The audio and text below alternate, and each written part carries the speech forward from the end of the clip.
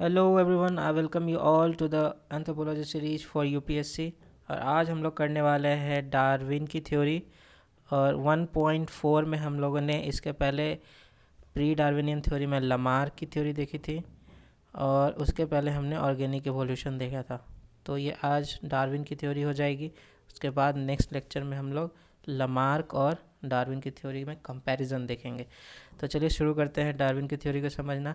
और एक बात मैं आपको बताना चाहता हूँ, अगर आपने ये वीडियो कंटिन्यू लास्ट तक देख लिया तो आई एश्योर यू कि आपको डार्विन की थ्योरी में फिर कोई भी डाउट नहीं रहेगा, क्योंकि मैंने यहाँ पे बहुत ही कॉम्प्रिहेंसिव वे में सब कुछ कवर किया। आपके लिए एक्स्ट्रा नोट्स भी डाले हैं और आपके लिए एक्स्ट्रा डायग्राम्स, फिगर्स और मैप्स भी डाले हैं। ठीक है, तो चलिए शुरू करते हैं। तो डार्विन्स थ्योरी ऑफ इवोल्यूशन, इसमें सबसे पहले हम लोग देखेंगे Darwin explained the organic evolution in his book origin of species. But इस बुक का नाम सिर्फ ओरिजिन ऑफ स्पीसीज़ नहीं था, ऑन से शुरू होता, on the origin of species. ठीक है, बाय नेचुरल सिलेक्शन इन 1859 में इन्होंने ये बुक पब्लिश किया था, जिसमें एक्चुअली में इन्होंने इवोल्यूशन की थ्योरी को एक्सप्लेन किया था। ठीक है, इवोल्यूशन का उस समय बात ऑलरेडी चल रहा था, लेकिन किसी ने ठोस तरीके से नहीं बोला था कि इवोल्यूशन से ही सारे स्पीसीज़ जन्म लिए। ठीक है, तो डार्विन पहले व्यक्ति थे जिन्होंने कन्फर्मिटी के साथ कहा था, ऐसा स्टेटमेंट दिया था, और फिर साइंटिफिक कम्युनिटी ने भी उसे एक्सेप्ट कर लिया था इवोल्यूशन की थ्योरी को। ठीक है, फिर नेक्स्ट पॉइंट देखते हैं, organic evolution involves descent with modification. ये सेम हमने लास्ट दोनों लेक्चर में देखा है कि ऑर्गेनिक इवोल्यूशन का मतलब होता है डिसेंट विथ मॉडिफिकेशन, मतलब next generation to next generation जाते वक्त कुछ मॉडिफिकेशन हो जाता है ऑर्गेनिज्म में, उसी को कहते हैं ऑर्गेनिक इवोल्यूशन। ठीक है, वही एक और डेफिनेशन है इसका, gradual change in gene frequency. Gene frequency भी मैंने आपको शॉर्ट में बताया था, या फिर से बता देता हूँ। जीन फ्रीक्वेंसी कुछ नहीं होता है, percentage of Aleel of a gene in a population होता है। ठीक है, एक पॉपुलेशन में किसी जीन का कोई फॉर्म कितना परसेंट मौजूद है, उसको कहते हैं जीन फ्रीक्वेंसी। तो जब इवोल्यूशन का बात करते हैं हम लोग, तो उसी जीन फ्रीक्वेंसी में चेंजिंग आता है। ठीक है, सब किसी एक तरह का जीन जो है वो अगर किसी एक एरिया में ज़्यादा पाया जाता है, तो फिर धीरे धीरे धीरे धीरे वहाँ वो डोमिनेट करके एक मतलब एक स्पेसिफिक पार्ट में चेंज ले आता है एक ऑर्गेनिज्म के, जो कि बाद में इनहेरिट हो जाता है नेक्स्ट जनरेशन को, और उसी से फिर धीरे धीरे इवोल्यूशन हो जाता है। ठीक है, तो ग्रेजुअली ये प्रोसेस होता है। या दो तरीके से हमने इवोल्यूशन को देख लिया। अभी हम लोग आते हैं Darwin's theory of natural selection. देखिए, Darwin's theory of natural selection में ये HMS बीगल के बारे में बताया गया। आई होप आप सबने पहले भी सुना होगा। और ये उनका एक वॉयेज था 5 साल का, 1831 से 36 तक का, जिसमें उनको ये आइडिया आया कि क्या होता है इवोल्यूशन, कैसे होता है, मतलब ये सब उनको आइडिया आया। तो अगर हम लोग यहाँ पे अपाला मैम के नोट्स को देख रहे हैं जब, तो यहाँ पे इन्होंने यहीं पे एंड कर दिया। लेकिन अगर हम लोग अक्षरदयान सर के नोट्स जो एंथ्रोपोलॉजी डीमिस्टिफाइड है उसको देखेंगे, तो उन्होंने यहाँ पे 2 इम्पोर्टेंट इंसाइट्स लिखे हैं कि डार्विन को क्या 2 इम्पोर्टेंट बातें पता चली HMS बीगल पे जब वो जर्नी कर रहे थे तब। ठीक है, पहला पॉइंट ये है कि मैं इसे चेंज कर लेता हूँ, if humans by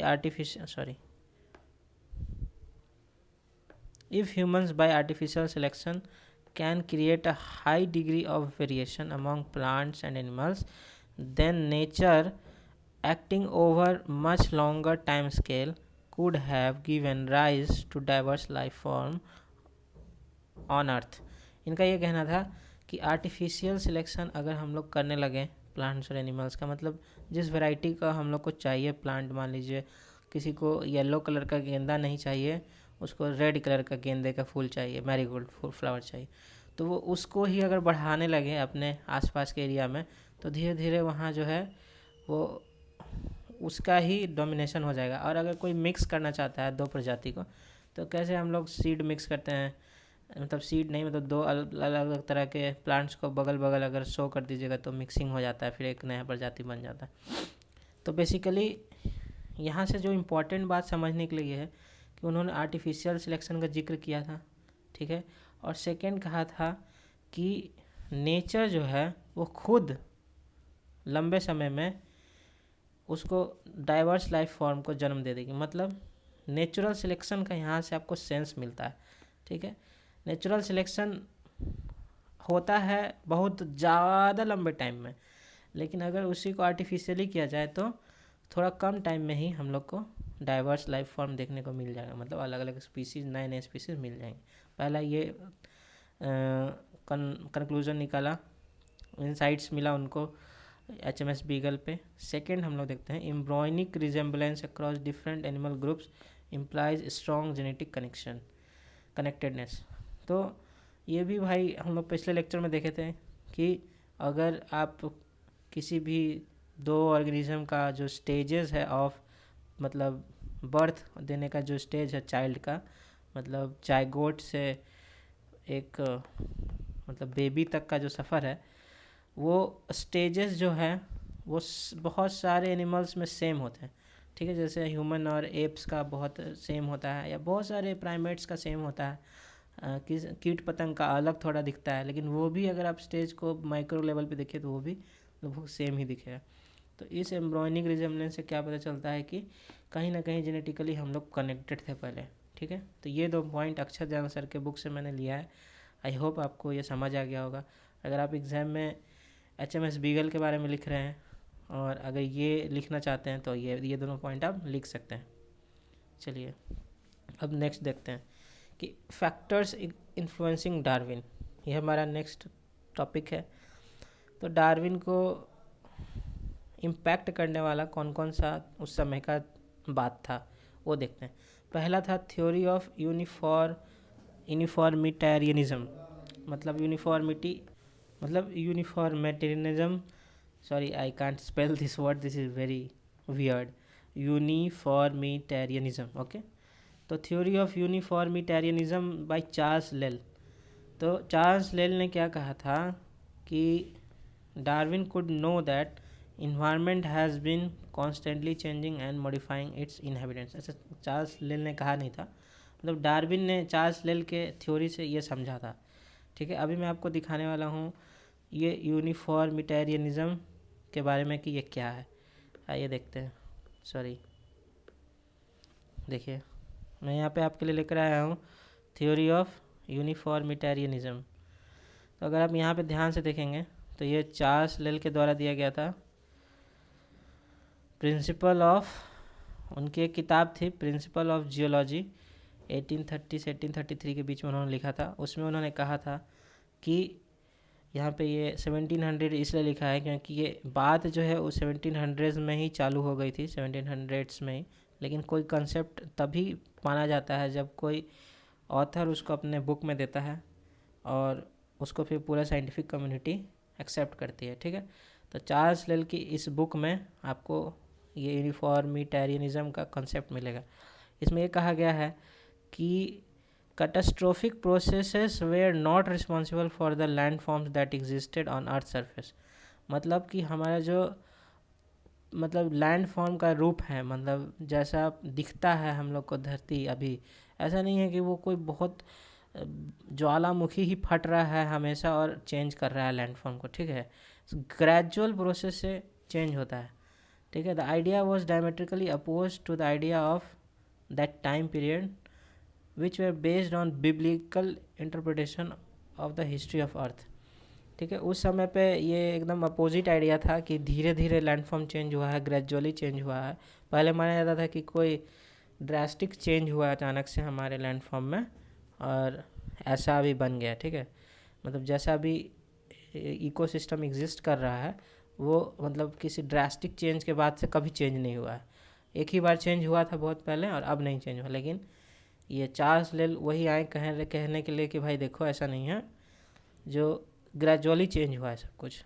the theory of uniformitarianism suggested a gradual geological process जैसे कि इरोजन, डिपोजिशन, माउंटेन बिल्डिंग, ठीक है। तो यहाँ से डार्विन ने क्या कंसेप्ट उठाया, यहाँ से डार्विन ने ये कंसेप्ट उठाया कि भाई कोई भी चेंज जो है वो ग्रेजुअली हो रहा है, ठीक है, ना कि डिस्पोटिक वे में हो रहा है, ठीक है। डिस्पोटिक वे में मतलब अचानक से कोई ऐसा लैंडफॉर्म चेंज नहीं हुआ। तो जब ग्रेजुअली हो रहा है तो नेचुरल सिलेक्शन भी ग्रेजुअली होता होगा, ठीक है, धीरे धीरे धरती बदला है, तो ये चेंज जो है ऑर्गेनिजम्स में भी देखा गया होगा। तो इस थ्योरी को डार्विन ने यहाँ से मतलब या इस थ्योरी से डार्विन ने ये उठाया बात। ठीक है, नेक्स्ट हम लोग देखते हैं idea of Alfred Russell Wallace on in evolutionary biology. देखिए अल्फ्रेड रसल वॉलेस जो थे वो यहाँ पे हम लोग देखते हैं, वो डार्विन से पहले इंडिपेंडेंट वे में उन्होंने इवोल्यूशन की बात कही थी। ठीक है, इंडिपेंडेंट वे में इवोल्यूशन की बात कही थी और साइंटिफिक कम्युनिटी लेकिन उस समय उतना कन्विंस नहीं हो पाई थी। फिर भी उनके थ्योरी को बहुत इंपॉर्टेंट माना जाता है क्योंकि डार्विन और वो दोनों इंडिपेंडेंटली इवोल्यूशन को बताए थे। तो कोई डार्विन को मानता है, कोई वॉलेस को मानता है कि इवोल्यूशन का जनक किसे कहते हैं हम लोग, लेकिन फिर भी देख लेते हैं। तो वॉलेस जो थे he independently conceived the theory of evolution through natural selection. देखिए दोनों बात आपको डार्विन भी बताया है, ये भी बताया है। His 1858 paper on the subject was published that year alongside extract from Charles Darwin earlier writing on this topic। तो अब इन्होंने चार्ल्स डार्विन के प्रीवियस राइटिंग से हेल्प ली थी। Sorry for the interruption. तो वॉलेस जो थे उन्होंने 1858 में independently conceived the theory of evolution through natural selection.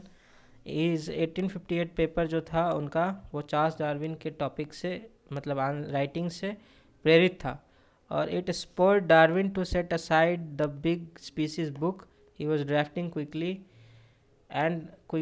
Right an abstract of it. ठीक है, it was published in 1859 as on the origin of species. तो ये एक बहुत ही हेवी बुक लिख रहे थे, द बिग स्पीसीज़ बुक, जिसको इन्होंने अबेंडन कर दिया लिखने के लिए उस समय, और उसका एक एब्स्ट्रैक्ट लिखने बैठ गए और उसी को on the origin of species कहा जाता है, जिसमें उन्होंने भी इवोल्यूशन और नेचुरल सिलेक्शन की बात कही है। तभी इन दोनों में से कौन एक्चुअल में मतलब इसको दिया था ये अभी भी डिबेटेबल है, लेकिन वॉलेस से वो प्रेरित थे, इतना हम लोग लिखेंगे एग्जाम में। ठीक है, हम लोगों ने 2 पॉइंट देख लिया जो डार्विन को इन्फ्लुएंस किया था। थर्ड आता है माल्थुसियन एसे ऑन पॉपुलेशन। देखिए माल्थुसियन एसे आपको पी नाथ में अच्छे से दिया हुआ है और अगर आप गूगल भी करेंगे तो आपको मिल जाएगा, लेकिन यहाँ पे जितना दिया मैं बता रहा हूँ। माल्थुसियन ऐसे इंडिकेट करता है, ये बोलता है कि पॉपुलेशन जो है वो जियोमेट्रिक रेशियो से बढ़ता है, मतलब जियोमेट्रिक प्रोग्रेशन आप लोगों ने पढ़ा होगा, मतलब एक्सपोनेंशियली बढ़ता है। ठीक है,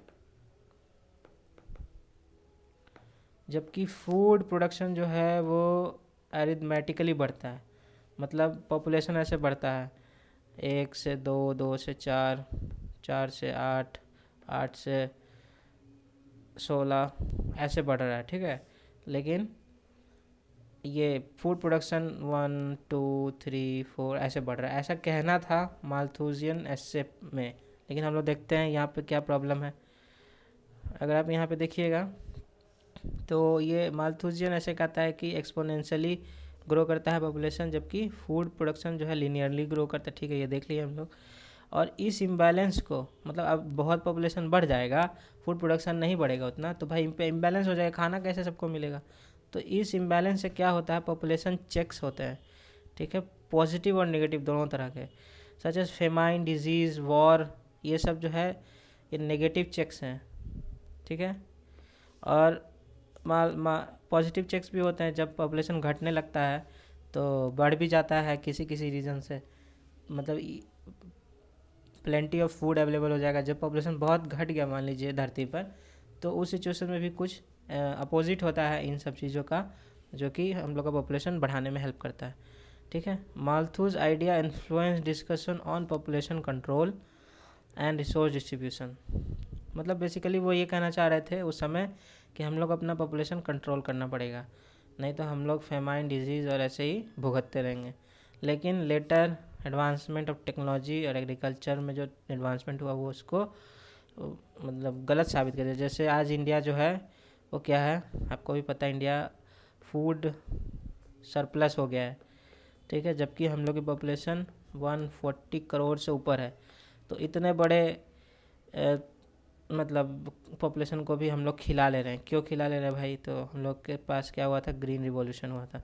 तो यही टेक्नोलॉजिकल एडवांसमेंट की यहाँ पे बात हो रही है, सॉरी ग्रीन रिवॉल्यूशन, ठीक है। तो इस तरह से थॉमस माल्थस का जो ऐसे था वो उस टाइम के हिसाब से सही लगता था, लेकिन अब जो है उसको गलत माना जाता है। पूरा गलत नहीं है, लेकिन मतलब ऐसा नहीं बोल सकते कि जियोमेट्रिक प्रोग्रेशन होता है पॉपुलेशन का और लीनियर प्रोग्रेशन होता है एग्रीकल्चर प्रोडक्ट का। एग्रीकल्चर प्रोडक्ट भी जियोमेट्रिकली बढ़ सकता है। अच्छा, नेक्स्ट देखते हैं और किस चीज़ ने डार्विन को इन्फ्लुएंस किया। इंडस्ट्रियल रिवॉल्यूशन ने डार्विन को इम्पैक्ट किया। इंडस्ट्रियल रिवॉल्यूशन में उन्होंने ये नोटिस किया, इंडस्ट्रियल रिवॉल्यूशन इंग्लैंड में आया था, आपको पता होगा, कि those industries that produced good and cheap goods flourished. जो सस्ता और अच्छा क्वालिटी का प्रोडक्ट प्रोड्यूस कर रहे थे वो फ्लरिश कर रहे थे, जो कि अदर पेरिश कर जा रहे थे। तो इससे क्या कंक्लूजन निकाला उन्होंने कि in order to survive an organism must be possessed by favourable variations at low energy cost. मतलब अगर किसी ऑर्गेनिज्म को भी सर्वाइव करना है, जैसे इंडस्ट्री सर्वाइव कर रही है, तो उसको ऐसा कुछ गुण पोजेस करना पड़ेगा जो कि फेवरेबल वेरिएशन से उसको मिला हो और जिसमें ज़्यादा एनर्जी भी ना खर्च हुआ हो उस गुण को प्राप्त करने में, ठीक है। तो इस तरह से उन्होंने इंडस्ट्रियल रिवॉल्यूशन से भी लिया हेल्प, मतलब एक कुछ बात ली उससे। और फिर फाउना ऑफ गैलापागोस आइलैंड, और यहाँ पे गैलापागोस आइलैंड के अलावा अगर आप देखिएगा तो यहाँ पे पैम्पास ऑफ अर्जेंटीना भी है। फाउना मतलब वहाँ के जीव, ठीक है। वहाँ पे टर्टल्स और बेसिकली ये फिंच एक तरह का बर्ड है, ठीक है, जिसका ना बहुत अलग अलग वैरायटी पाया जाता है।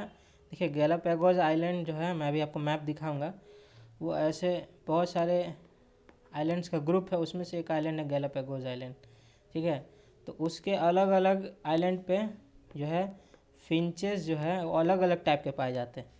तो भाई वो तो एकदम शॉक में रह गए कि ऐसे कैसे इतना नज़दीक अलग अलग तरह का एक ही बर्ड का अलग अलग प्रजाति मिल रहा है। तब वो कंक्लूज़न निकाले वहाँ से कि अगर आइसोलेटेड जगह पे रखा जाएगा तो बहुत सारा वेरिएशन जल्दी मतलब फ्लरिश कर जाता है। जैसे मैं आपको दिखाता हूँ पहले लोकेशन, आप अगर मैप बना दीजिएगा कहाँ पे है गैलापागोस आइलैंड और ये पैम्पास, तो आपको एक्स्ट्रा मार्क्स ज़रूर मिलेंगे। देखिए मैं आपको दिखाता हूँ, देखिए ये साउथ अमेरिका का मैप है और आई होप आप सबको वर्ल्ड मैप बनाने आता होगा, आपने प्रैक्टिस कर ली होगी। उसके यहाँ पर एक ग्रुप ऑफ आइलैंड्स है, ठीक है, उसी में एक आइलैंड है गैलापागोस आइलैंड, ठीक है। इसका नाम अब चेंज भी हुआ है थोड़ा सा, बट हम लोग फिर भी गैलापागोस आइलैंड लिखेंगे, कोई दिक्कत नहीं है। और पैम्पास देख लीजिए, अर्जेंटीना में ला पैम्पा करके एक जगह है, वहीं पर फॉसिल मिले थे उस टाइम पे, डार्विन के टाइम पे, तो वहाँ से वो मतलब अपने थ्योरी के लिए इंस्पिरेशन लिया था, ठीक है। तो अब हम लोग बात करते हैं डार्विन के थ्योरी के पोस्टुलेट्स के बारे में, ठीक है। डार्विन्स थ्योरी ऑफ इवोल्यूशन में आप पोस्टुलेट्स करके एक हेडिंग देंगे, उसके अंदर ये लिखेंगे, ठीक है। ये जो थ्योरी ऑफ नेचुरल सिलेक्शन करके हेडिंग मैम ने दिया है, ये उतना अप्रोप्रिएट मुझे नहीं लगता है, हालांकि ये भी सही है, बट आप पोस्टुलेट्स करके अगर हेडिंग देंगे तो वो ज़्यादा सही रहेगा, क्योंकि अक्षर जान सर के भी बुक में ऐसे ही पोस्टुलेट्स करके बताया गया है, ठीक है। क्योंकि ये सारे जो आगे बातें लिखी गई हैं वो इन्फ्रेंस है। कहाँ से इन्फ्रेंस है? जो बुक लिखी है डार्विन ने on the origin of species, उसमें से इन्फ्रेंस है, ठीक है। तो चलिए पहला पोस्टुलेट देखते हैं, ओवर प्रोडक्शन। तो डार्विन कहते हैं कि लिविंग बीइंग्स जो हैं उनकी innate capacity to reproduce more but population remains same due to, कहा जाता है कि हमारे पास इनेट कैपेसिटी है, मतलब नेचुरली ये गुण है कि हम लोग ओवर प्रोड्यूस कर सकते हैं, जितना धरती मतलब संभाल सकती है उससे ज़्यादा प्रोडक्शन पॉपुलेशन का हो जाएगा, लेकिन ये पॉपुलेशन फिर भी सेम रहता है। क्यों? क्योंकि प्रीडेशन पहले के जब वो थे डार्विन थे तभी ऐसा कोई मतलब जंगल इतना कम नहीं हुआ था, तो प्रीडेशन उस समय कॉमन था। डेलिकेट एंड लो वायबिलिटी और फिर high susceptibility against biotic and abiotic factors. तो जैसे कोई भी ऑर्गेनिज्म है, जीव जंतु है, उसका प्रीडेशन हो जाता था, उसको दूसरा जीव खा जाता था, इधर वो प्लांट हो या एनिमल हो, ठीक है। डेलिकेट एंड लो वायबिलिटी, मतलब सर्वाइवल रेट जिसको बोलते हैं वो बहुत कम था, ठीक है। सर्वाइवल रेट कम था क्योंकि देखिए वाइल्ड, जब हम लोग एकदम वाइल्ड में चले जाते हैं तो वहाँ कोई प्रोटेक्शन नहीं होता है, सब कुछ नेचुरल वे में होता है, तो कोई भी कभी भी मर सकता था, ठीक है, चाहे वो कोई भी प्लांट हो, कोई भी एनिमल हो। High susceptibility against biotic and abiotic factors, जैसे आपको बीमारी हो जाना, बाढ़ में मर जाना, ड्रॉट सूखा पड़ जाना, ऐसे करके कोई भी मर जाता था ऑर्गेनिजम्स, ठीक है। तो ये फर्स्ट पोस्टुलेट था। सेकंड पोस्टुलेट है स्ट्रगल फॉर एग्जिस्टेंस। देखिए inter specific, intra specific, inter specific और स्ट्रगल अगेंस्ट इन्वायरमेंट करके यहाँ पे लिखा गया है, लेकिन आप पी नाथ की बुक में देखेंगे तो वहाँ आपको स्पीसीज़ मिलेगा, इंट्रा स्पीसी और इंटर स्पीसी और स्ट्रगल अगेंस्ट। तो इंट्रा स्पीसी आप समझ सकते हैं कि एक ही स्पीसी के मेंबर्स आपस में कॉम्पीट करते हैं। ये पैरामीशियम का एग्जांपल दिया गया पी नाथ में भी, पैरामीशियम ऑरिलिया। इसको जब हम लोग लैब में जाकर ग्लूकोज सॉल्यूशन या जो भी सॉल्यूशन होता है उसमें डालते हैं बहुत सारे को, तो धीरे धीरे उनका पॉपुलेशन जो है वो कम हो जाता है, क्योंकि वो एक दूसरे को खा जाते हैं, पहले बढ़ता है फिर कम हो जाता है, ठीक है क्योंकि वो एक दूसरे से कम्पीट करने लगते हैं। इंटर स्पेसिफिक मतलब एक स्पीसी का दूसरे स्पीसी से कंपटीशन होता है। जैसे आप देखे होंगे कि किसी जंगल में बड़े कैनोपी वाला पेड़ जो है वो बहुत बड़ा हो जाता है, छोटा छोटा पेड़ जो है वो बहुत छोटा रह जाता है या हो ही नहीं पाता है, क्योंकि ये सारा सनलाइट बड़ा पेड़ ले लेता है, ठीक है, और नीचे सनलाइट नहीं पहुंच पाती। तो ये भी एक तरह का इंट्रा स्पीसी कंपटीशन है, या लायन, टाइगर, इन सब का दूसरे जीवों से कंपटीशन, ठीक है। तो एग्जांपल में यह दिया हुआ पैराग्वे फ्लाई का, that Lay's eggs in the naval of cattle, ठीक है। तो ये डार्विन ने ये एग्जांपल दिया था इंटर स्पेसिफिक स्ट्रगल का, कि एक दूसरे स्पीसी एक दूसरे से भी स्ट्रगल करते हैं, ठीक है। आप भी लिख सकते हैं पैराग्वे फ्लाई का एग्जांपल। हालांकि यहाँ पे आपको हाईलाइट करके याद रखना चाहिए, ठीक है, मैं आपके लिए हाईलाइट कर देता हूँ। ये पैराग्वे फ्लाई, चलिए इंटर स्पेसिफिक स्ट्रगल भी हो गया।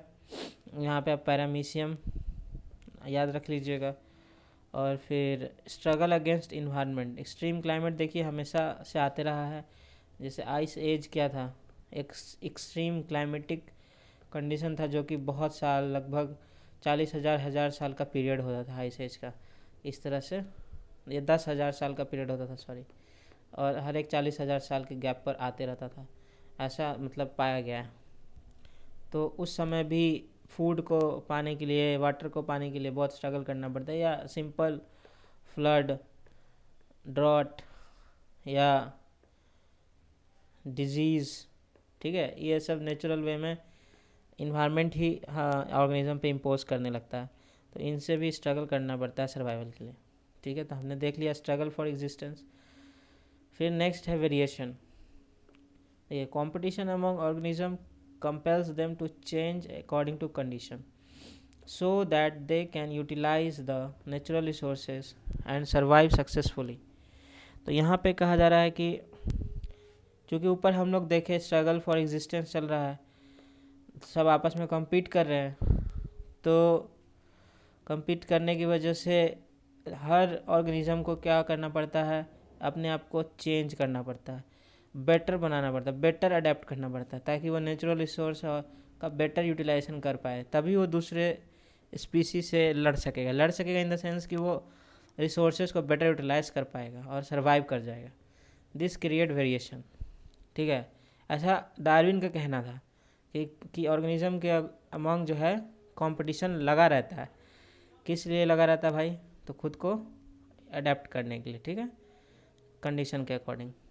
तो उसके वजह से उनमें क्या आता है, वेरिएशन आता है। देखिए कंपटीशन जो है वो कंपेल करता है चेंज करने के लिए ऑर्गेनिजम्स को, ठीक है। अभी हम लोग देख रहे हैं इसमें कितने टाइप के वेरिएशन होते हैं। Individual variation variation in the of spring of same parent of same species, ठीक है। मतलब नॉर्मल जिसको बोल सकते हैं कि दो बफेलोज थे, एक मेल एक फीमेल, उनका जो ऑफ स्प्रिंग हुआ उसमें कुछ ऐसा गुण आ गया जो कि ज़्यादा बेटर है सर्वाइवल के लिए उस समय पे, ठीक है। स्पोर्ट और sudden variation, appearance of a new character, Darwin gave them minor importance but today they are known as mutation and are of great importance। जिसको डार्विन स्पोर्ट या सडन वेरिएशन कह रहे थे, मतलब कि अचानक से कभी कभी गलती से हो जाने वाला वेरिएशन कह रहे थे, वही आज म्यूटेशन के नाम से जाना जाता है। और आज के साइंटिस्ट का ये मानना है कि म्यूटेशन ही प्राइमरी रीजन है इवोल्यूशन का। मतलब म्यूटेशन अचानक से होते रहता है, बहुत सारा म्यूटेशन होते रहता है प्रकृति में, और विभिन्न गुण के साथ अलग अलग जीव जो है वो पैदा होते रहते हैं। और जैसा इन्वायरमेंट रहता है उसके अकॉर्डिंग जो सा म्यूटेशन ज़्यादा अडेप्ट मतलब अच्छा रहता है उस समय के लिए, वो आगे बढ़ जाता है नेचुरल सिलेक्शन के हेल्प से, ठीक है। थर्ड है यहाँ पे variation due to use and disuse. ये हम लोग देखे थे लमार्क ने भी यूज एंड डिसयूज का बात कहा था, यहाँ पे डार्विन ने भी यूज एंड डिसयूज का बात कहा है। दो अ क्रिटिक ऑफ लमार्क, देखिए यहाँ लिखा है, yet he mentions that udders in cows and goats become developed because of frequent milking।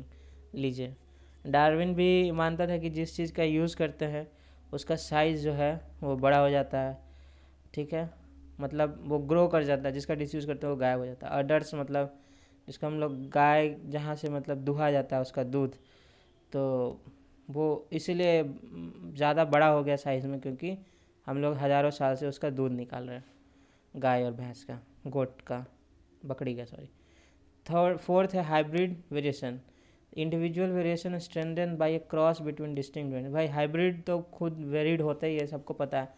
अब कोई अलग अलग स्पीसीज जैसे हॉर्स, एक मेल हॉर्स और एक फीमेल डोंकी का अगर मेटिंग हो जाए नेचर में, तो जो स्पीसी बनेगा वो एक अलग ही प्रकार का बनेगा।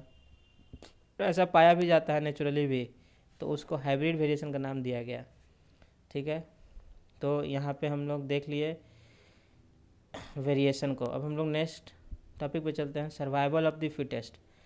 देखिए सर्वाइवल ऑफ द फिटेस्ट दिया था डार्विन ने, ये इसी को आप बहुत बार सुनते होंगे। आज जो जिसने एंथ्रोपोलॉजी नहीं भी पढ़ा है उसने भी सर्वाइवल ऑफ द फिटेस्ट की बात सुनी होगी। तो चलिए देखते हैं ये क्या है। In the struggle of existence only the fittest survive. Fitness is decided on two criteria. First, capacity of adaptation and pre adaptation. Second, differential reproduction, ठीक है। तो अभी हम लोग यहाँ पे देख रहे हैं कि जब हम लोग ऊपर से इतना बात कर रहे हैं कि इंटर स्पीसीज स्ट्रगल हो रहा है एग्जिस्टेंस के लिए, तो उसमें सिर्फ फिटेस्ट सर्वाइव करता है। अब फिटेस्ट कैसे पता चलेगा कौन फिटेस्ट है? तो फिटनेस का दो क्राइटेरिया बताया है डार्विन साहब ने। फर्स्ट क्राइटेरिया है capacity of adaptation and pre adaptation. जो जितना बेटर अडेप्ट करेगा सिचुएशन के अकॉर्डिंग वो उतना फिटेस्ट कहलाएगा। और प्री एडेप्टेशन मतलब जो पहले से अडेप्ट हो रखा है आने वाले इन्वायरमेंट के प्रति। सपोज़ अभी आप लेटेस्ट एग्जांपल लीजिए, हम लोग प्रिपेयर्ड नहीं थे वैक्सीन के लिए कोविड में, कि वैक्सीन इतना ज़्यादा अमाउंट में कभी बनाना पड़ेगा। लेकिन जिस कंट्री के पास थोड़ा बहुत भी वैक्सीन बनाने का कैपेसिटी था वो बेटर हैंडल कर पाया कोविड को रादर दैन उन कंट्रीज़ के जिनके पास वैक्सीन बनाने का कोई टेक्नोलॉजी नहीं था। जैसे इंडिया के पास वैक्सीन बनाने का टेक्नोलॉजी था, यूएस के पास था, चाइना के पास था, रशिया के पास था। तो ये सब बेटर अपने सिटीजन्स को वैक्सीन दे पाए। तो वही बोल रहा है प्री एडेप्टेशन होना चाहिए, मतलब पहले से ही कुछ चेंजेस ऐसे आ जाने चाहिए जो उसको हेल्प करे। नेक्स्ट पॉइंट है डिफरेंशियल रिप्रोडक्शन, ठीक है। तो डिफरेंशियल रिप्रोडक्शन क्या होता है? कैपेसिटी टू रिप्रोड्यूस, मतलब किसी का कैपेसिटी कितना है रिप्रोड्यूस करने का, तो किसी का ज़्यादा होता है किसी का कम होता है। तो यही fittest, survival of the fittest का टेस्ट है। तो जिसका ज़्यादा कैपेसिटी होगा प्रोडक्शन का, भाई उसका सक्सेस रेट ज़्यादा होगा, सर्वाइवल का चांस ज़्यादा होगा, ठीक है। जैसे आप देखिए इतने सारे कैटास्ट्रॉफीज आ गए, कॉकरोच, ठीक है, क्रोज, रैट्स, ये सब कब से, सदियों क्या हज़ारों सालों से मतलब ये चले आ रहे हैं, ये स्पीसीज एक्सटिंक्ट नहीं हुए because of their differential reproduction, ठीक है। और कैपेसिटी ऑफ एडेप्टेशन और प्री एडेप्टेशन तो आपको बता ही दिए। तो हम लोग यहाँ पे देख लिए सर्वाइवल ऑफ द फिटेस्ट। अभी देखिए नेक्स्ट पॉइंट जो यहाँ पे आना चाहिए और यहाँ पे नहीं दिया हुआ है वो मैं आपको बता देता हूँ। सर्वाइवल ऑफ द फिटेस्ट के बाद आता है नेचुरल सिलेक्शन। भी हमने यहाँ पे हमने क्या देखा, यहाँ पे हमने देखा वेरिएशन, फिर हमने देखा सर्वाइवल ऑफ द फिटेस्ट। यहाँ पे मैम ने साथ में लिखा है natural selection and the survival of the fittest, तो ये भी ठीक है। मतलब नेचुरल सिलेक्शन कहते ही हैं सर्वाइवल ऑफ द फिटेस्ट को, ठीक है। नेक्स्ट पॉइंट जो यहाँ पे आना चाहिए था वो था कि ट्रांसफ़र ऑफ वेरिएशन, ठीक है। आप अपने नोट्स में लिख लीजिएगा यहाँ पे ट्रांसफ़र ऑफ वेरिएशन। अक्षर जैन सर की बुक में ये नेक्स्ट पॉइंट है, मतलब डी के बाद जो ई पॉइंट आना चाहिए था वो आना चाहिए था ट्रांसफ़र ऑफ वेरिएशन, ठीक है। मतलब इतना सारा जो ताम झाम हम लोग देखे पीछे, कंपटीशन होता है, एडेप्टेशन होता है, सर्वाइवल ऑफ द फिटेस्ट है, इसमें जो भी चेंजेस आए एक ऑर्गेनिज्म के अंदर over a period of time वो नेक्स्ट जनरेशन को ट्रांसफ़र हो जाता है, ट्रांसफ़र ऑफ वेरिएशन। और फिर क्या हो जाता है, ऑरिजिन ऑफ स्पीसी। नेक्स्ट ई के बाद अगर आप एफ लिखेंगे तो आप ऑरिजिन ऑफ स्पीसी लिख देंगे कि जब नंबर ऑफ़ जनरेशन में ये चेंजेस आगे चले जाते हैं, बहुत सारे चेंजेस होते जाते हैं नंबर ऑफ़ जनरेशन्स में, तो एक नया स्पीसीज़ ही बन जाता है, क्योंकि वो इतना डिफरेंट हो जाता है चेंज होकर कि एक नया स्पीसीज़ बन जाता है। अच्छा, मैम ने यहाँ पे ई में क्या लिखा देख लेते हैं। Only such individuals will survive who exhibit such variations that are proved to be more beneficial in facing the hardships of the environment leading to origin of species। अच्छा, अगर आप ध्यान से देखेंगे तो मैम ने यहाँ पे दिया है ई नहीं दिखा है यहाँ पे, लेकिन ट्रांसफ़र ऑफ वेरिएशन मैम ने लिखा है। और एफ में यहाँ पे आप ओरिजिन ऑफ स्पीसीज़ को भी देख सकते हैं, यहाँ भी ओरिजिन। तो यही सही सीक्वेंस है लिखने का, ठीक है। तो यहाँ पे वही कहा गया है कि वही इंडिविजुअल सर्वाइव करेंगे जो कि ऐसे वेरिएशंस के साथ आएंगे जो कि ज़्यादा बेनिफिशियल प्रूफ होगा। क्या, किस चीज़ में, facing the hardship of the environment. उस समय जैसा एनवायरनमेंट होगा, वो जो चैलेंजेस पेश कर रहा है, अगर उसको एड्रेस करने में वो वेरिएशन सक्सेसफुल है तो भाई वो सर्वाइव कर जाएगा वो ऑर्गेनिज्म, ठीक है। तो यहाँ पे आपका ये कंप्लीट हो जाता है क्या, पोस्टुलेट्स, ठीक है। हमने पोस्टुलेट्स देख लिया। पोस्टुलेट्स के सेक्शन में इतना लिख दिया, बॉडी का एक मेन पोर्शन ख़त्म हुआ डार्विनिज्म का। अब नेक्स्ट पोस्टुलेट के बाद जो नेक्स्ट सब पॉइंट है वो है Darwin's theory of artificial selection. देखिए नेचुरल सिलेक्शन तो डार्विन ने बताया ही कि कैसे होता है। आर्टिफिशियल सिलेक्शन के बारे में हमने शुरू में देखा था HMS बीगल पर, जो उनका 2 ऑब्जर्वेशन था, उसमें एक ऑब्जर्वेशन आर्टिफिशियल सिलेक्शन से भी रिलेटेड था कि अगर ह्यूमन केयरफुली आर्टिफिशियल सिलेक्शन करके ऑर्गेनिजम्स को बढ़ाएंगे तो बहुत जल्दी ही नेचर उनको नया स्पीसीज़ के रूप में इवॉल्व कर देगा, ठीक है। तो according to Darwin, commonest method of producing new race of individual is that of selection under human control. देखिए यहाँ पे वही बात हो रही है, यहाँ पे रेस की बात हो रही है। न्यू रेस को अगर डेवलप करना है तो आप केयरफुल सिलेक्शन कीजिए अंडर ह्यूमन कंट्रोल, ठीक है। Example, breeding of useful variety of animals, जैसे कोई काव जिसको जर्सी काव कहा जाता है, या और भी तरह का जो बेनिफिशियल काव होता है जो ज़्यादा मिल्क प्रोडक्शन करता है, उनका कंट्रोल्ड रिप्रोडक्शन करवाया जाता है। वैसे ही मेल बुल्स से जो कि बहुत बड़े साइज़ में होते हैं, ताकि जो काउज़ है उनका साइज़ बड़ा होता जाए और मिल्क प्रोडक्शन बढ़ जाए, ठीक है। तो वो आर्टिफिशियल सिलेक्शन के क्राइटेरिया में आता है। तो यहाँ पे सिर्फ रेस का बात कहा गया है। आगे देखते हैं, it can be both at conscious level as well as unconscious level. मतलब ये कॉन्शियसली भी हम लोग कर ही रहे हैं अभी भी, और अनकॉन्शियसली भी हम लोग से हो जाता है कभी कभी। मतलब कोई प्लांट या कोई एनिमल ऐसा होता है जिसको हम लोग बहुत ज़्यादा अनकॉन्शियसली यूज़ करने लगते हैं, उसी को ग्रो करना चाहते हैं, तो फिर वो अनकॉन्शियसली उसका जो रेस है वो बढ़ जाता है, ठीक है। तो ये रेस आगे चल के स्पीसीज़ में भी कन्वर्ट हो सकता है अगर हम लोग लंबे समय तक एक ही तरह के अलग मतलब स्पेशल गुण वाले इंडिविजुअल्स को ब्रीड करते रहेंगे। तो ठीक है। अच्छा, नेक्स्ट देखते हैं Darwin's theory of sexual selection. यहाँ पे क्या है, according to this theory there is always a contest among males for position of females. ये नेचुरल फिनोमिना है।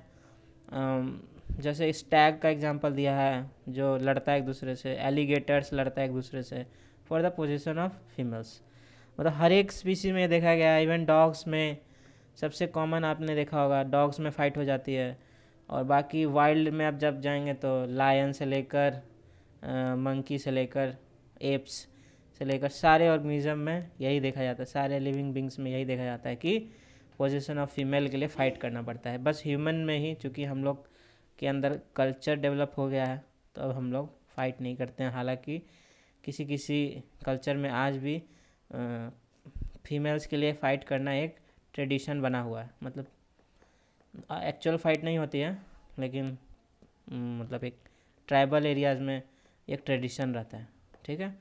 तो इससे क्या होता है, इससे कुछ गजब का चीज़ होता है, यह सिर्फ फाइट नहीं है। इससे क्या होता है, inferior males are not allowed to contribute to the gene pool. तो इससे क्या होता है कि जो इन्फीरियर मेल्स हैं, जिनका बॉडी जो है कम स्ट्रांग है, स्ट्रांग उतना नहीं है, जो उतने ब्यूटीफुल नहीं है, उनका साइज़ जो है बॉडी का साइज़ छोटा है, वो मेटिंग नहीं कर पाते। मेटिंग नहीं कर पाने की वजह से उनका जो जीन है वो आगे ट्रांसफ़र नहीं हो पाता, जिसको हम लोग यहाँ ह्यूमन लैंग्वेज में कहते हैं उनका वंशज ख़त्म हो जाता है। ठीक है। वही होता है एनिमल्स में भी। तो ये क्या अच्छा है कि ख़राब है? देखिए, उनके लिए तो वर्चुअली अच्छा ही है, क्योंकि जो स्ट्रॉन्गर एंड स्ट्रॉन्गर मेल्स होंगे वही अपना जीन कंट्रीब्यूट करेंगे, तो उनके ऑफस्प्रिंग्स भी स्ट्रॉन्गर होंगे। ठीक है। चलिए अब नेक्स्ट देखते हैं Darwin's theory of common descent. देखिए, ये लामार्क ने भी कहा था कि एक पॉइंट पर हमारे एंसेस्टर्स कॉमन थे। ठीक है। हर एक किसी के आप देखिएगा तो कहीं ना कहीं उनके कॉमन एंसेस्टर मिल जाएंगे, चाहे वो लास्ट में ही क्यों ना जाना पड़े आपको, सिंगल सेल बैक्टीरिया के पास ही क्यों ना जाना पड़े। ठीक है। अच्छा, नेक्स्ट देखते हैं the theory spouses that related groups of individuals have common ancestor, example man and app. लेकिन यहाँ पे देखिए वो कॉमन डिसेंट की बात की गई है। मतलब यहाँ पे एकदम शुरू से जैसे लामार्क ने कहा था कि सबका होता ही है कॉमन, वहाँ यहाँ पे वैसा बात नहीं कहा गया। यहाँ पे कहा गया कि रिलेटेड ग्रुप्स जो हैं उनके इंडिविजुअल्स के कोई ना कोई कॉमन एंसेस्टर होंगे जो रिलेटेड लगते हैं देखने में। जैसे मैन और एप को आप देखिएगा ध्यान से तो वो सेम लगते देखने में। तो यहाँ पे वही बताया गया कि उनका कोई कॉमन एंसेस्टर रहा होगा। वैसे अगर आप दो बर्ड को देखिएगा जो लगभग सेम हो तो आप कह सकते हैं कि इनका कोई कॉमन एंसेस्टर रहा होगा। ठीक है। ऐसे एंसेस्टर का जो चार्ट बनता है उसमें कहीं ना कहीं कोई कॉमन एंसेस्टर रहा होगा। अच्छा, फिर है Darwin's theory of pangenesis. All somatic cell produce miniatures called pangenes which are included in germ cells. देखिए वहाँ पे यहाँ पे बहुत ही इंटरेस्टिंग वर्ड है पैनजेनेसिस। आपको शायद नहीं पता होगा ये बात। ये पैनजेनेसिस क्या था ना, उस टाइम पे जेनेटिक्स का मतलब आविष्कार नहीं हुआ था। ठीक है। जीन क्या होता है, उसमें भी दो तरह का जीन होता है, मतलब 22 पेयर्स होता है, इसमें 21 पेयर्स और फिर एक पेयर जो होता है सेक्स क्रोमोसोम्स होता है। ठीक है। 22 जो है वो 21 जो है वो हमारा नॉर्मल टाइप का होता है। तो ये बात नहीं पता थी उस समय। तो यहाँ पे डार्विन ने क्या थ्योरी दिया कि ऑल सोमैटिक सेल्स, मतलब सेक्सुअल सेल्स नहीं, उसके अलावा जितने सोमैटिक सेल्स होते हैं वो प्रोड्यूस करते हैं मिनिएचर्स, इसको कहते हैं pangenes which are included in germ cell. Germ cell सबको पता था कि देखो स्पर्म जो है वो एक जर्म सेल है, तो उसमें हर एक सोमैटिक सेल से ना एक पैन जीन्स ट्रांसफ़र होता था, ऐसा कहना था डार्विन का। मतलब जिनके पास, जिनमें कि आपका मतलब जेनेटिक कोड जिसको कहा जा सकता है वो होगा कि आप कैसे दिखेंगे, कैसे आपका स्ट्रक्चर होगा, कैसे आपका फंक्शन होगा बॉडी का, वो इन पैन जीन्स हर एक, जैसे अब हार्ट का स्ट्रक्चर कैसे जाएगा जर्म सेल के अंदर, तो उनका कहना था कि हार्ट के सेल्स से पैन जीन्स निकलकर जर्म सेल में जाते हैं, ऐसा उनका कहना था। ठीक है, तो काफ़ी इंटरेस्टिंग ये टॉपिक लगा मुझे भी। अभी देखते हैं। As laws of inheritance were not proposed at that time, this theory was proposed, which has now been rejected. अभी मैंने आपको कहा कि उस समय लॉ ऑफ इनहेरिटेंस नहीं पता था कि जीन सेपरेट होता है, मतलब एक्स वाई का कंसेप्ट नहीं था। ठीक है, कि कैसे मतलब फीमेल हम लोग में एक्स वाई होता है मेल्स में, फीमेल्स में एक्स एक्स होता है, एक्स एक्स से मिल सकता है, वाई वाई एक्स से मिल सकता है, ऐसे करके इनहेरिटेंस का लॉ जो है, जो विनबर्ग के द्वारा बाद में दिया गया, वो इस समय नहीं आया था, इसलिए डार्विन ने कुछ ऐसा बताया था। चलिए यहाँ तक देख लिए हम लोग। अब हम लोग आते हैं क्रिटिसिज्म पे। क्रिटिसिज्म सबसे पहला क्या है? It does not account for the beginning of organs, that is it remains concerned with the survival of the fittest but not the arrival of the fittest. ये डार्विन साहब जो हैं सर्वाइवल ऑफ द फिटेस्ट तो बता दें, but arrival of the fittest नहीं बता पा रहे हैं।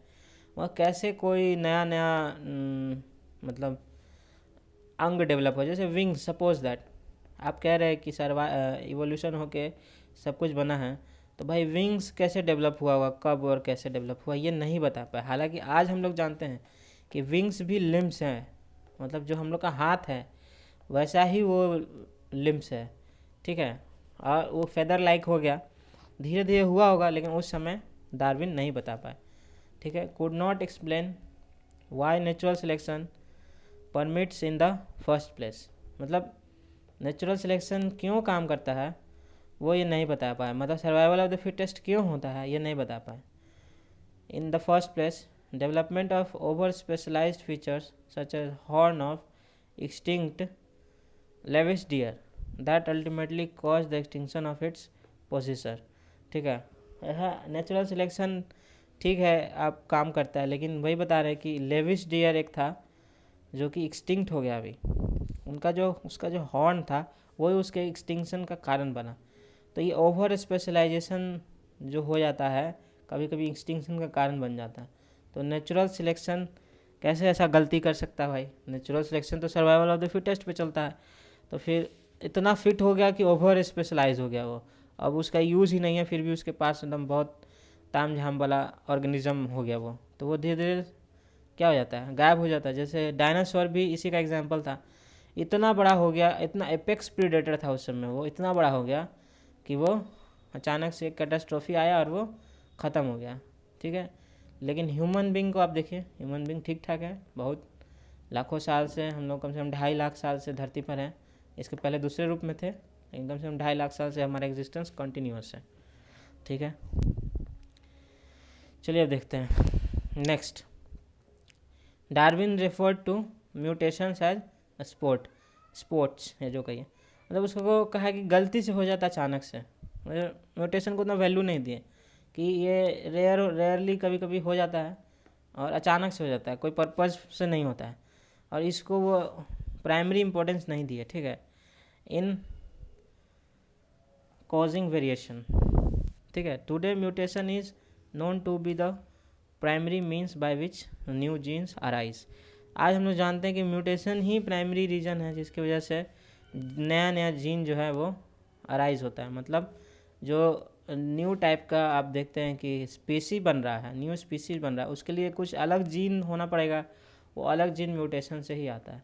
ठीक है, आज हम लोग को पता है। ठीक है, नेक्स्ट क्या है? Though he criticise Lamarck yet he used and disuse theory. देखिए पीछे हम लोगों ने देखा था यहाँ पर कि वो भी यूज एंड डिसयूज थ्योरी को अपने थ्योरी में यूज़ किए थे। देखिए variation due to use and disuse, यहाँ पे देखा था हमने कि मतलब अडर्स, ठीक है, इन काउज एंड गोट्स, ये एग्जांपल उन्होंने दिया था कि वो ज़्यादा बड़ा हो गया है अडर्स काउ का, क्योंकि वो हम लोग कंटिन्यूस उससे मिल्किंग करते हैं। तो आज हम लोग को पता है कि यूज एंड डिसयूज जो है वो मतलब जेनेटिकली नेक्स्ट जनरेशन में नहीं चला जाता है, ठीक है, जेनेटिकली ट्रांसफर नहीं होता है, वो बस आपके फिजिक में चेंज ला देगा एक जनरेशन में, लेकिन हर जनरेशन में ऐसा ज़रूरी नहीं है। लमार्किज्म में हमने इसे बहुत डिटेल्स में डील किया है। नेक्स्ट क्या है, regarding variation Darwin laid emphasis on individual differences. Now we know that individual differences are due to recombination, which plays a secondary role in causing variation. तो डार्विन ने इंडिविजुअल डिफरेंस पे ज़्यादा emphasis दिया था, मतलब उनका कहा था कि कोई एक भी, जैसे मान लो 1,00,000 डियर हैं, ठीक है, तो कोई एक डियर जो है वो ऐसा आ गया जिसके पास सपोज 2 पूँछ है, डियर की छोटी सी पूँछ होती है, सपोज उसके 2 पूँछ है, और वही 2 पूँछ जो है अगर इन्वायरमेंट में मान लीजिए उसके सर्वाइवल के लिए ज़्यादा बेनिफिशियल साबित होता है, सपोज उसके रनिंग में वो हेल्प करता है और वो टाइगर्स और लायन से इवेड कर लेता है उस 2 टेल की वजह से, तो उनका कहना था कि एक बार जब डिफरेंस आ गया 2 इंडिविजुअल में, मतलब एक इंडिविजुअल ये हो गया और एक बाकी हो गया सब, मतलब तो उससे इवोल्यूशन स्टार्ट हो जाता है, ऐसा उनका कहना था। लेकिन आज हम लोग को पता है कि इंडिविजुअल डिफरेंस जो है वो रिकॉम्बिनेशन से होता है, मतलब कि एक जीन, जैसे जीन का जो मान लीजिए 22 पेयर होता है जीन का, ऐसे पेयर होता है, तो ये जब कॉपी होता है ना, तो कॉपी होते समय कुछ गड़बड़ी हो जाता है, ठीक है, हो सकता है इधर कॉपी ना हो, एक इधर मिसिंग रह जाए, तो ऐसा कॉपी होने में गड़बड़ी हो जाता है, उसकी वजह से इंडिविजुअल में डिफरेंस आता है, जो कि वेरिएशन का उतना बड़ा कारण नहीं है, ठीक है। नेक्स्ट हम लोग देखते हैं पैनजेनेसिस हाइपोथेसिस। हाँ, पैनजेनेसिस अभी हमने देखा था कि उस समय लॉ ऑफ इनहेरिटेंस नहीं आया था, ठीक है, तो इसकी वजह से उन्होंने बोला था कि हर एक सोमैटिक सेल से सेक्स सेल में जेनेटिक इन्फॉर्मेशन जाता है, जिसको पैन जीन्स बोलते हैं, ठीक है। तो pan genetic hypothesis rejected by Galton in 1875 by presenting several experimental proofs.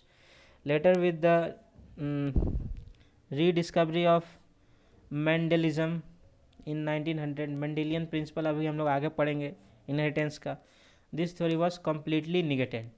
तो पैनजेनेसिस का थ्योरी को कम्प्लीटली ख़त्म कर दिया गया, क्योंकि हम लोग समझ गए कि कैसे ट्रांसफ़र होता है जेनेटिक इन्फॉर्मेशन, पैन जीन से तो बिल्कुल नहीं होता, ठीक है। नेक्स्ट है doesn't explain origin of variation. अभी हम शुरू में भी वही देखे थे, फर्स्ट पॉइंट भी कुछ ऐसा ही था, अराइवल ऑफ द फिटेस्ट पे नहीं बात हो रहा था, मतलब जो कैसे चेंजेस आया ऑर्गन में, स्टार्ट कैसे हुआ उस पर बात नहीं हो रहा था। यहाँ भी वही है कि natural selection doesn't explain the evolution of terrestrial animal from aquatic animal, मतलब कोई नया चीज़ कैसे है, वही तो, मतलब जैसे क्वेश्चन डार्विन ने ये बता दिया कि देखो एक बर्ड है, उसका नीड के अकॉर्डिंग उसका जो विंग्स है वो बड़ा छोटा चौड़ा लंबा हो सकता है, लेकिन विंग्स पहली बार कैसे आ गया, मतलब पैर हाथ जो होता था उससे विंग्स कैसे बन गया, ये नहीं बताया वो, ठीक है। तो ये बात थी, ओरिजिन नहीं बता पाए वेरिएशन का। चलिए यहाँ पे हम लोग का डार्विन्स का थ्योरी बेसिकली ख़त्म हो जाता है, क्योंकि हम लोग क्रिटिसिज्म भी देख लिए, पोस्टुलेट भी देख लिए और इंट्रोडक्शन भी देख लिए। अब नेक्स्ट है यहाँ पे आपको एक diagram flow chart, basically flow chart के माध्यम से डार्विन की थ्योरी को रिप्रेजेंट करने के लिए कहा गया है। तो ये एक्चुअली में यहाँ लास्ट में नहीं आना चाहिए, इसको आप लोग बिगनिंग में ही इंट्रोडक्शन जब लिख लेंगे तो बॉडी शुरू करने के पहले आप लोग फ्लो चार्ट से दिखा सकते हैं। अगर 20 मार्कर क्वेश्चन है तो आप लोग फ्लो चार्ट से ज़रूर दिखाएं, आपको एक्स्ट्रा मार्क्स मिलेंगे। जैसे ओवर प्रोडक्शन ऑफ ऑर्गेनिज्म, हम लोग को पता है ओवर प्रोडक्शन होता है, कैपेसिटी तो सब में है भाई करने की, और करते भी है, लेकिन उसके बाद क्या शुरू हो जाता है, struggle for existence, inter species intra species शुरू हो जाता है। उस स्ट्रगल से क्या होता है, प्रेरित होता है लोग, मतलब प्रेरित नहीं होता, वेरिएशंस जिसमें रहते हैं वो आगे बढ़ जाता है, ठीक है। तो अनफेवरेबल वेरिएशन वाले ऑर्गेनिज्म भी रहते हैं और फेवरेबल वेरिएशन वाले भी रहते हैं। तो अनफेवरेबल जो होता है उनका नेचुरल सिलेक्शन पत्ता काट देता है, और जो फेवरेबल होता है उसका नेचुरल सिलेक्शन आगे बढ़ा देता है। तो अनफेवरेबल वाला का क्या होता है, एलिमिनेशन हो जाता है, मतलब उसका जीन ख़त्म हो जाता है, क्योंकि वो मरने लगता है, वो अनफेवरेबल हो जाता है। तो सपोज़ हम लोग का अभी 2 पैर की जगह हम लोग 4 पैर से फिर से जन्म लेने लगे, तो हम लोग अनफेवरेबल ह्यूमन बींग हो जाएंगे, क्योंकि 2 पैर वाला जो है वो ज़्यादा अच्छा बैलेंस के साथ हम लोग चल पा रहे हैं।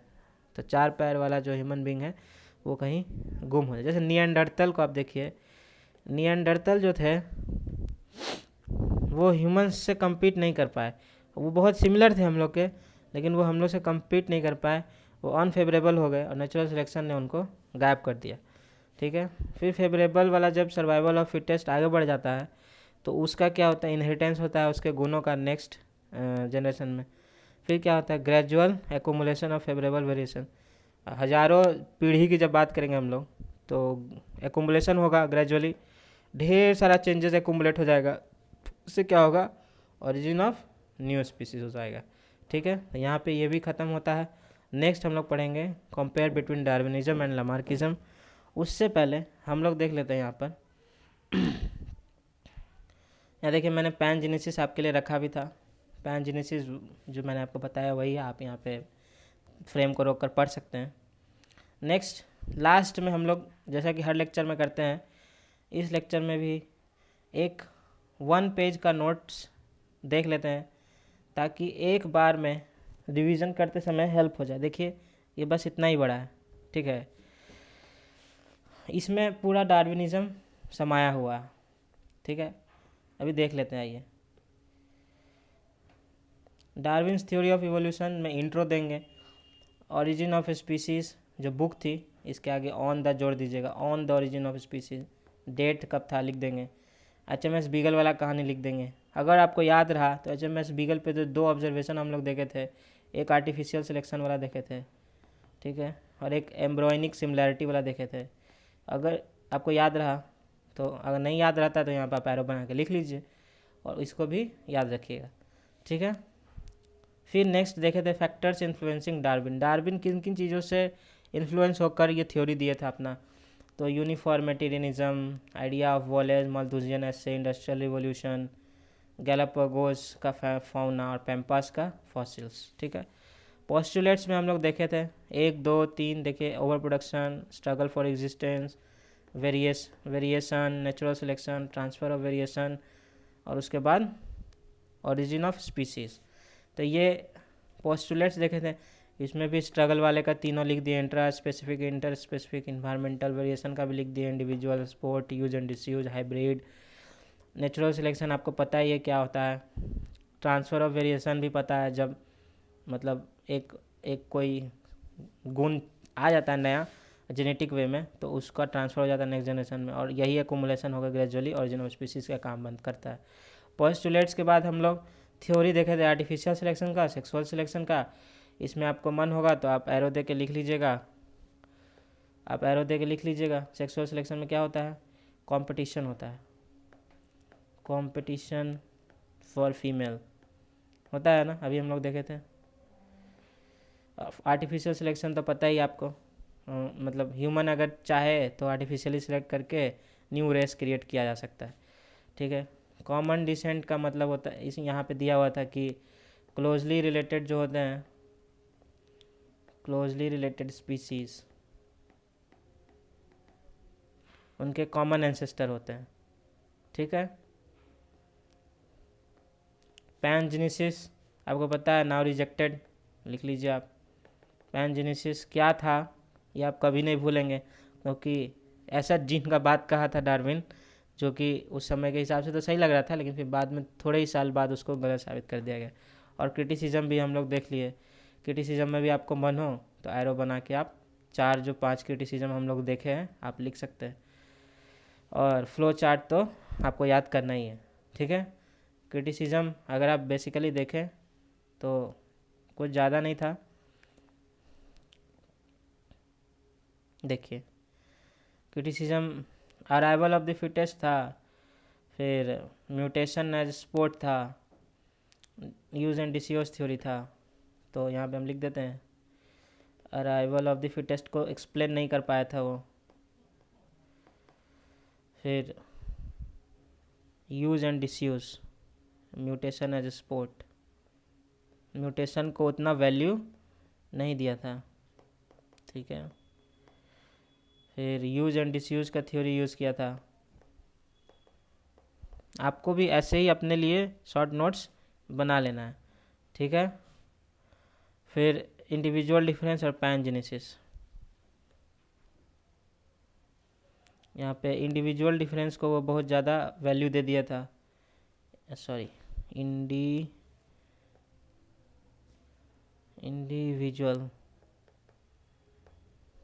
इंडिविजुअल डिफरेंस को बहुत ज़्यादा इम्पोर्टेंस दे दिया था, और पैन जीन्स का बात कहा था, ठीक है। हो गया, कंप्लीट हो गया ये आपको एक पेज में डार्विनिज्म को रिवीजन करा देगा, ठीक है। आप लास्ट के जब 15 दिन होंगे, 10 दिन होंगे, आपको पढ़ने का इतना सारा समझ नहीं आएगा किधर से कब रिवाइज के, तो ये नोट्स आपको फटाफट जल्दी जल्दी हेल्प करेंगे रिवीजन करने में। तो इस लेक्चर में रखते इतना ही, फिर मिलेंगे अगले लेक्चर में। धन्यवाद।